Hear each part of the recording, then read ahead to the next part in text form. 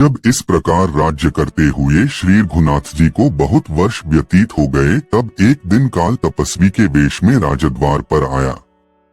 उसने संदेश भिजवाया कि मैं महर्षि अतिबल का दूत हूँ और अत्यंत आवश्यक कार्य से श्री रामचंद्र जी से मिलना चाहता हूँ। संदेश पाकर राजचंद्र जी ने उसे तत्काल बुला भेजा। काल के उपस्थित होने पर श्री राम ने उन्हें सत्कार पूर्वक यथोचित आसन दिया और महर्षि अतिबल का संदेश सुनाने का किया। यह सुनकर मुनिवेशधारी काल ने कहा, यह बात अत्यंत गोपनीय है। यहाँ हम दोनों के अतिरिक्त कोई तीसरा व्यक्ति नहीं रहना चाहिए। मैं आपको इसी शर्त पर उनका संदेश दे सकता हूँ कि यदि बातचीत के समय कोई व्यक्ति आ जाए तो आप उसका वध कर देंगे।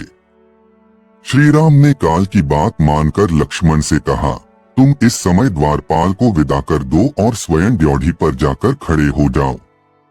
ध्यान रहे, इन मुनि के जाने तक कोई यहाँ आने न पाए। जो भी आएगा मेरे द्वारा मारा जाएगा।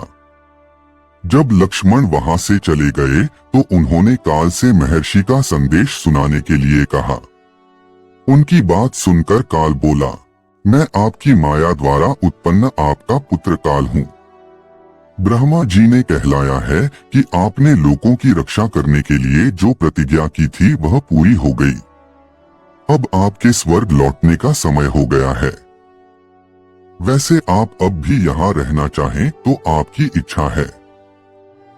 यह सुनकर श्री राम ने कहा, जब मेरा कार्य पूरा हो गया तो फिर मैं यहाँ रहकर क्या करूँगा। मैं शीघ्र ही अपने लोक को लौटूंगा। जब काल रामचंद्र जी से इस प्रकार वार्तालाप कर रहा था, उसी समय राजप्रासाद के द्वार पर महर्षि दुर्वासा रामचंद्र से मिलने आए। वे लक्ष्मण से बोले, मुझे तत्काल राघव से मिलना है। विलंब होने से मेरा काम बिगड़ जाएगा, इसलिए तुम उन्हें तत्काल मेरे आगमन की सूचना दो। लक्ष्मण बोले, वे इस समय अत्यंत व्यस्त हैं। आप मुझे आज्ञा दीजिए, जो भी कार्य हो मैं पूरा करूंगा। यदि उन्हीं से मिलना हो तो आपको 2 घड़ी प्रतीक्षा करनी होगी। यह सुनते ही मुनि दुर्वासा का मुख क्रोध से तमतमा आया और बोले, तुम अभी जाकर राघव को मेरे आगमन की सूचना दो। यदि तुम विलंब करोगे तो मैं शाप देकर समस्त रघुकुल और अयोध्या को अभी इसी क्षण भस्म कर दूंगा। ऋषि के क्रोधयुक्त वचन सुनकर लक्ष्मण सोचने लगे, चाहे मेरी मृत्यु हो जाए, रघुकुल का विनाश नहीं होना चाहिए। यह सोचकर उन्होंने रघुनाथ जी के पास जाकर दुर्वासा के आगमन का समाचार जा सुनाया।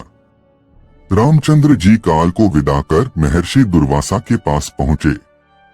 उन्हें देखकर दुर्वासा ऋषि ने कहा, रघुनंदन, मैंने दीर्घकाल तक उपवास करके आज इसी क्षण अपना व्रत खोलने का निश्चय किया है। इसलिए तुम्हारे यहाँ जो भी भोजन तैयार हो तत्काल मंगाओ और श्रद्धापूर्वक मुझे खिलाओ।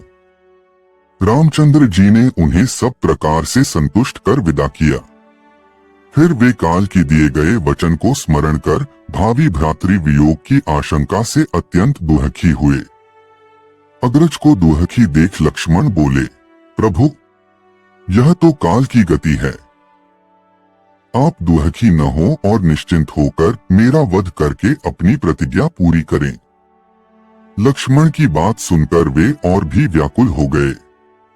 उन्होंने गुरु वशिष्ठ तथा मंत्रियों को बुलाकर उन्हें संपूर्ण वृत्तांत सुनाया। यह सुनकर वशिष्ठ जी बोले, राघव, आप सबको शीघ्र ही यह संसार त्याग कर अपने अपने लोकों को जाना है।